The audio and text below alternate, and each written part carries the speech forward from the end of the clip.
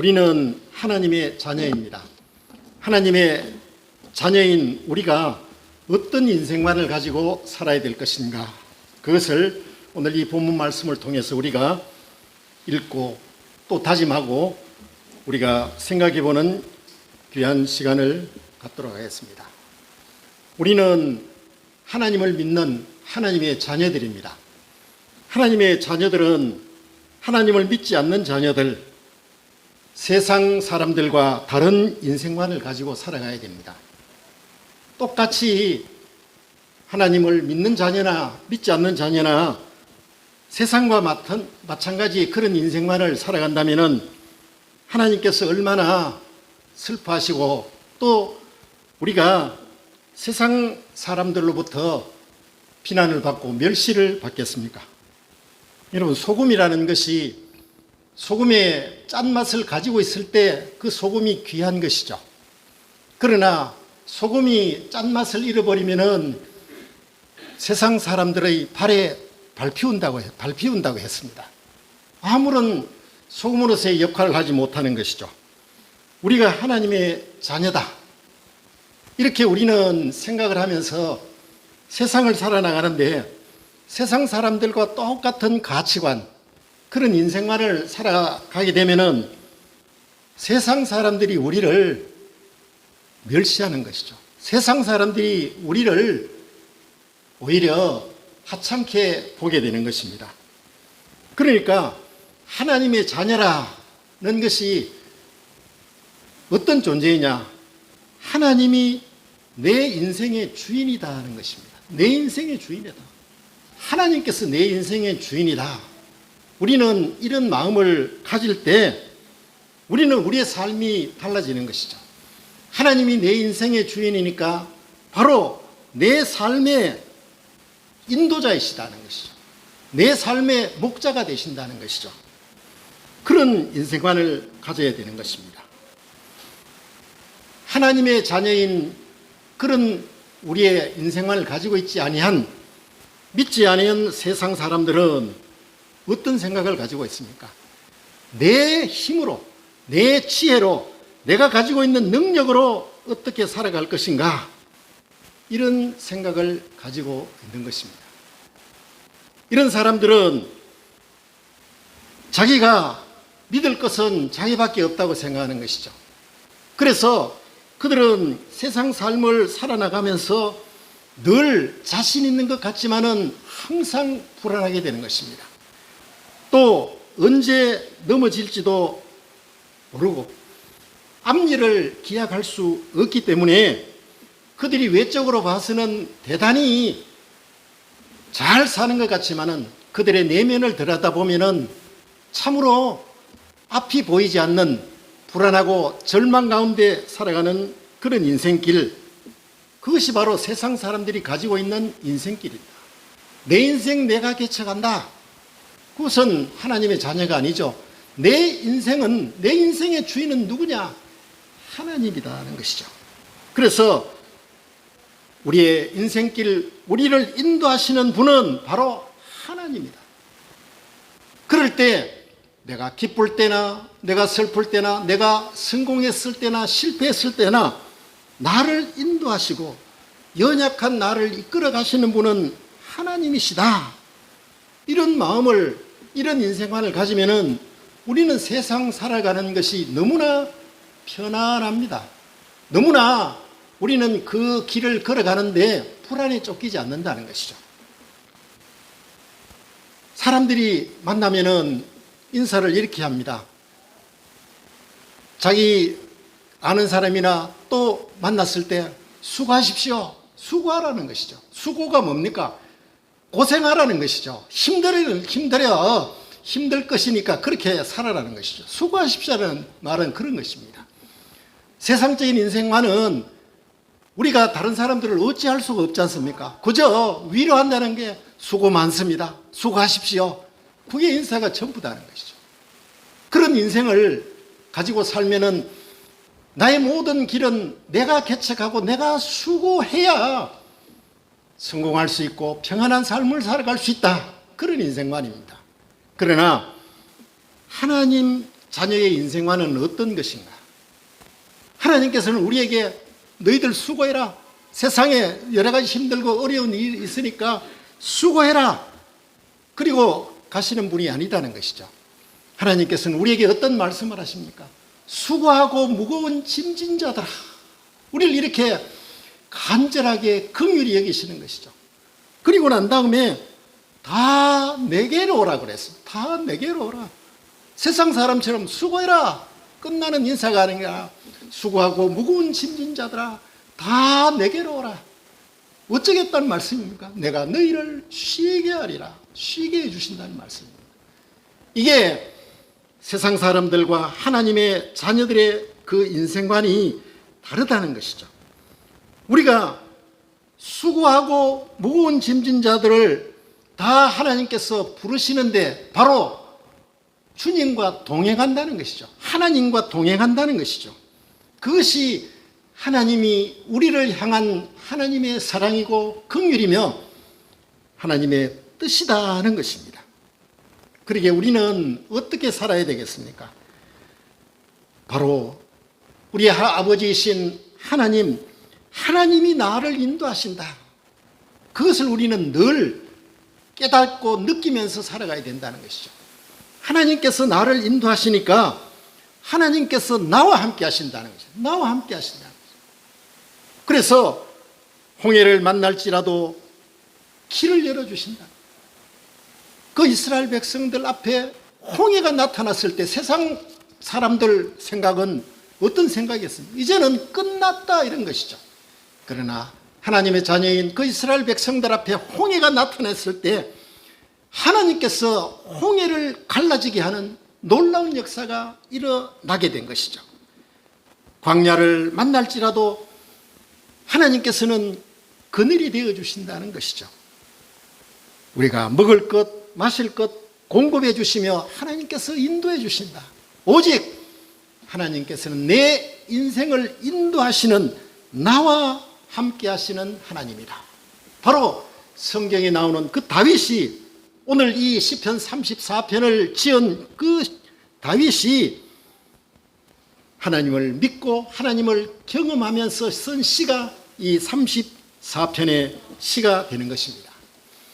이 34편의 시를 쓸 때 다윗은 통합 이스라엘 그 초대 왕이 누구냐 하면은 사울입니다. 사울왕. 그러니까 사울왕이 이스라엘을 이제 통일을 해서 다스리고 있는데 거기에 다윗이라는 새로운 지도자, 새로운 그 세력이 위협을 하고 있고 앞으로 왕의 자리를 넘보고 왕이 될 수 있는 그런 위치에 있게 되었습니다. 그러니까 사울왕은 다윗을 핍박을 하고 다윗을 여러 가지로 괴롭히기 시작을 했습니다. 그러니까 다윗은 그때에 사울왕으로부터 핍박과 생명의 위협을 당하고 있을 그때 블레셋이라는 지역으로 피신을 갔다는 것이죠. 그런데 이 블레셋이라는 이 지역, 이 작은 지역에 블레셋의 왕이 다스리고 있었는데 정체가 탄로나게 되어서 이제 다윗이 죽게 되었다는 것이죠. 블레셋 왕이 다윗을 잡으러 왔습니다. 그래서 이 다윗은 미처 도망치지 못해서 그때 다윗의 머리에 꾀를 생각했다는 것이죠. 완전히 미친 척 했다는 거죠.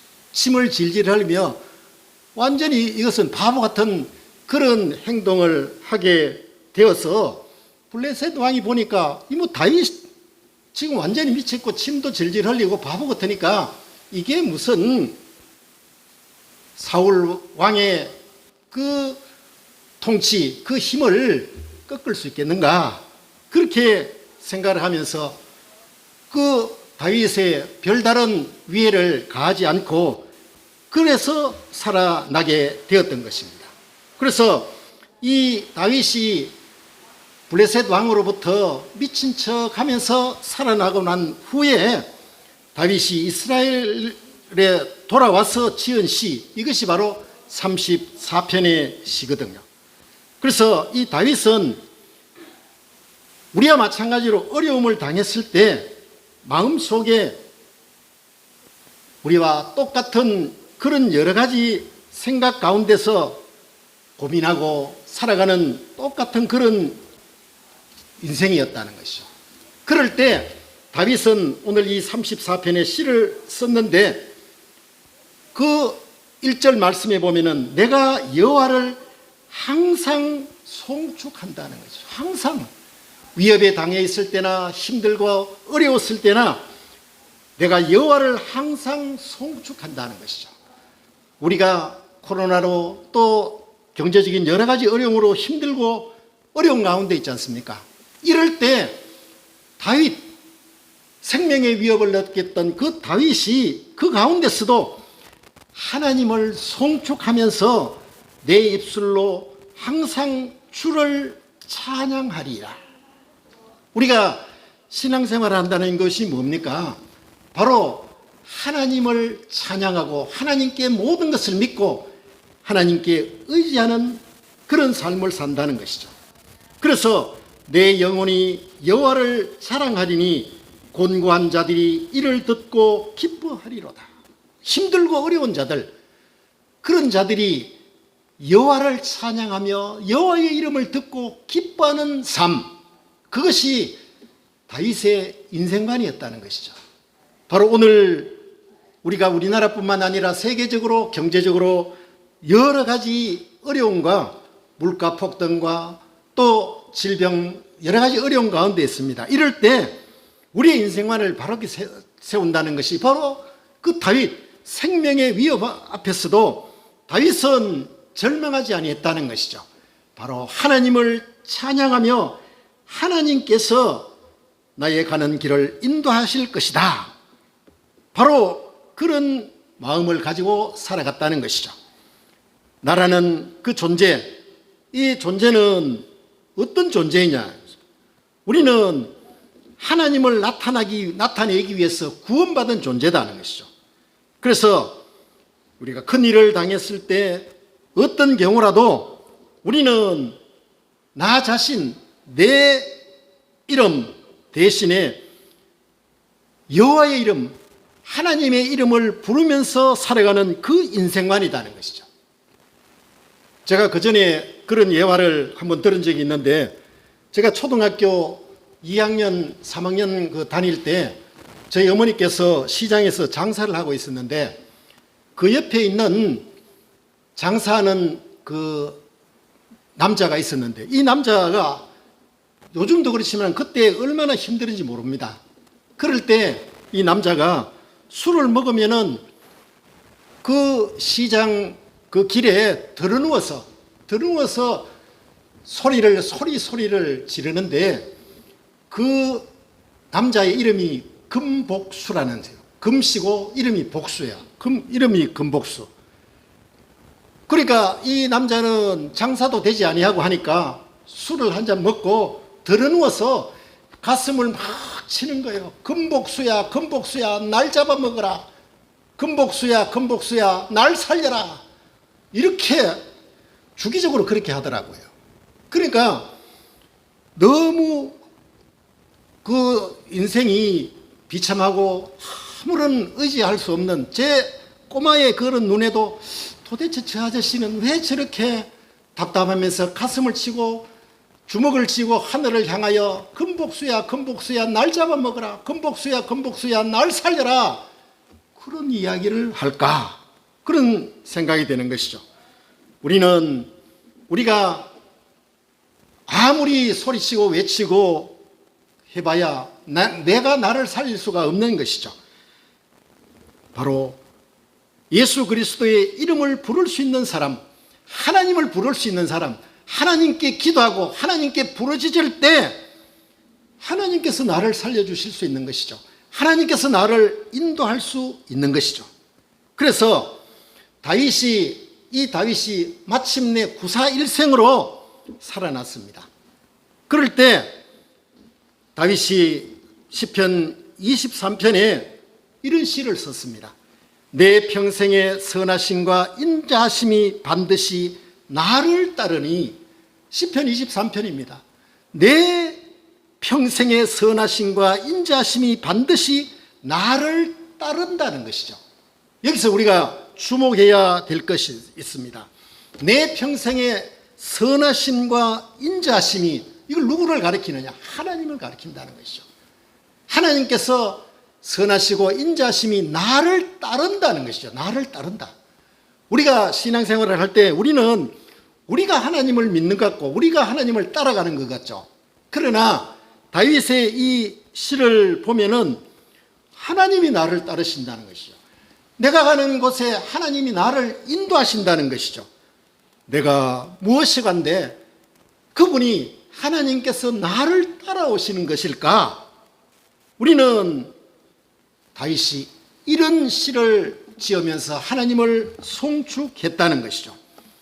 내가 가는 길, 내가 가는 그 길을 하나님께서 나를 따라오신다는 것이죠. 그 말씀은 바로 하나님께서 내 곁을 지켜주시고 환난에서 나를 구해주시는 하나님이다. 내가 여호와께 간구하건대 내게 응답하신다는 거예요. 하나님께서 내게 응답하신다는 거예요. 하나님이 나를 따르시면서 내게 응답하시고 내 모든 두려움에서 나를 건지셨도다. 하나님께서 나를 건지셨다는 것이죠. 이렇게 다윗은 고백했던 것입니다. 우리는 육신을 가지고 있는 인간이기 때문에 육신이 어려움에 당하면은 그때는 우리는 믿지 않는 사람들은 그 육신의 질병으로 인해서 완전히 절망하고 때로는 여러 가지 자기가 감당할 수 없기 때문에 자기의 이런저런 모든 소망을 가지지 못하게 됩니다. 그러나 하나님을 믿는 우리는 육신이 어려움을 당하면은 하나님께서는 우리에게 무엇을 주십니까? 영안을 열어주신다는 것이죠. 영적인 눈을 열어주신다는 것이죠. 영안을 열어주셔서 바로 천지를 지으신 하나님을 보게 하신다는 것이죠. 우리 김영숙 권사님도 육신이 얼마나 고달프고 힘들고 아프시겠습니까? 그러나 하나님께서 김영숙 권사님에게 영안을 열어주실 줄로 믿습니다. 영안을 열어주시기 때문에 하나님을 보고 하나님이 주시는 위로와 하나님이 주시는 소망을 가질 수 있기 때문에 주일마다 하나님 전에 나와 예배 드리는 것입니다. 우리가 어떤 상황에서도 하나님께서는 내 곁에 계신다, 그것을 믿고 의심하지 않는 여러분 되시기를 주님의 이름으로 축원합니다. 우리가 인생을 살아간다는 것은 어떤 의미가 있습니까? 그저 아침 먹고 점심 먹고 끝나고 이달이다 다음 달이다, 그게 아니다는 것이죠. 우리가 믿는 사람이 우리의 인생을 살아간다는 것은 하나님을 잃는 것이다. 하나님이 어떤 분이시고 어떤 역할을 하시고 어떤 일을 하시는가, 그것을 마치 책을 읽는 것처럼 우리가 읽는 것이라는 것이죠. 우리가 하나님을 잃는다는 것은 어떤 것입니까? 우리는 보통 사람들은, 하나님을 믿지 않는 사람들은 꽃을 보면은 꽃이 너무너무 아름답다, 그것이 끝이에요. 그러면서 이 꽃은 얼마 정도 하지, 그런 생각을 하는데, 영안을 열어주시는 하나님께서 우리에게 어떤 생각을 가지게 했느냐, 그 꽃을 보면서 우리는 하나님을 본다는 것이죠. 이야, 하나님의 솜씨가 어찌 이렇게 아름다우시고 대단하실까. 하나님의 솜씨를 본다는 것이죠. 우리는 그저 우리가 기쁜 일이나 슬픈 일이나 어려운 일을 당했을 때 세상 사람들은 이야, 재수가 좋다, 오늘 내가 내가 꾀가 있어서 지혜가 있어서 이것을 피할 수 있었다, 그렇게 보는 것이 세상 사람들입니다. 그러나 믿는 우리는 그 사건, 그 모습을 보고 하나님을 읽는다는 것이죠. 하나님을 읽어본다. 그것은 하나님께서 오늘 나에게 이런 일이 일어나고 또 이런 일은 피할 수 있게 해주시는구나. 천지를 지으신 하나님께서 나에게 이 어려움, 이 고통에서 피할 길을 주셨구나. 바로 그런 것을 본다는 것이죠. 세상 사람들은 어떤 문제가 있으면은 절망하게 됩니다. 그러나 우리에게 어떤 문제가 일어났을 때 그 문제는 그것을 문제를 붙들고 우리는 씨름을 하는 것이 아니라 문제를 바라보는 대신에 하나님을 바라본다는 것이죠. 하나님의 자녀는 이런 어려움이 있었다, 이런 실패가 있었다, 이런 도전이 있을 때 우리는 그 문제를 통하여 하나님을 바라봐야 됩니다. 그것이 하나님을 잃는 것이죠. 하나님께서는 이 일을 통하여, 이 고통을 통하여 어떻게 인도하시며 어떤 결말을 이루게 하실까? 모든 고통에서 구원해 주시는 그 하나님이 나와 함께 하신다. 그것이 바로 믿는 사람의 믿음이요, 그것이 하나님의 자녀인 그런 태도가 된다는 것입니다. 우리가 인생을 살아간다는 것은 80년, 90년을 살지만은 그 인생을 살아가는 것이 뭐냐? 결국은 하나님이 나에게 하시는 일, 그것을 체험하는 것이에요. 그 체험을 하는 것. 왜 문제가 많은가?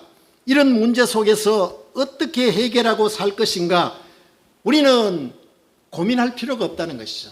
그 고민하는 것 대신에 이런 저런 문제에서 하나님께서는 어떻게 길을 인도하시고 어떤 결말을 이루게 하셨을까? 나에게 힘과 어려움을 주면은 그 어려움과 힘든 가운데 나의 가는 길을 오직 그가 아신 후에 나를 정금같이 나오게 하리라. 나를 단련하게 한 후에 내가 정금같이 나오게 하리라. 이것이 우리가 하나님의 자녀의 그런 삶이라는 것이죠. 우리가 하나님을 향한 뜻을 가지면은 하나님은 언제나 우리에게 소망을 준다는 것이죠. 내가 하나님을 바라보고 하나님이 인도하시는 그 길을 염원하면, 소원하면은 하나님께서 나와 함께 하시는 것입니다. 하나님께서 때를 따라 돕는 은혜를 베푸시고 인도하신다. 그런 믿음을 가지고 육신적으로나 물질적으로나 가정적으로나 힘들고 어려울 때 하나님께서 과연 이 문제를, 나의 문제를 어떻게 인도해 가실까? 하나님의 뜻 가운데 이 모든 문제가 다 형통하게 되고 모든 것이 온전하게 해결되게 하여 주시옵소서. 이런 간절한 믿음을 가지고 살아갈 때 우리는 우리의 인생이 참으로 소망이 있습니다. 우리의 인생이 참으로 외롭지 않습니다. 우리의 인생이 참으로 기대가 되는 그런 삶을 살 수 있을 것입니다. 우리의 인생관은 오직 하나님께 맞추고 하나님이 인도하심 따라 살아갈 수 있는 복된 저와 여러분 되시기를 주님의 이름으로 축원드립니다.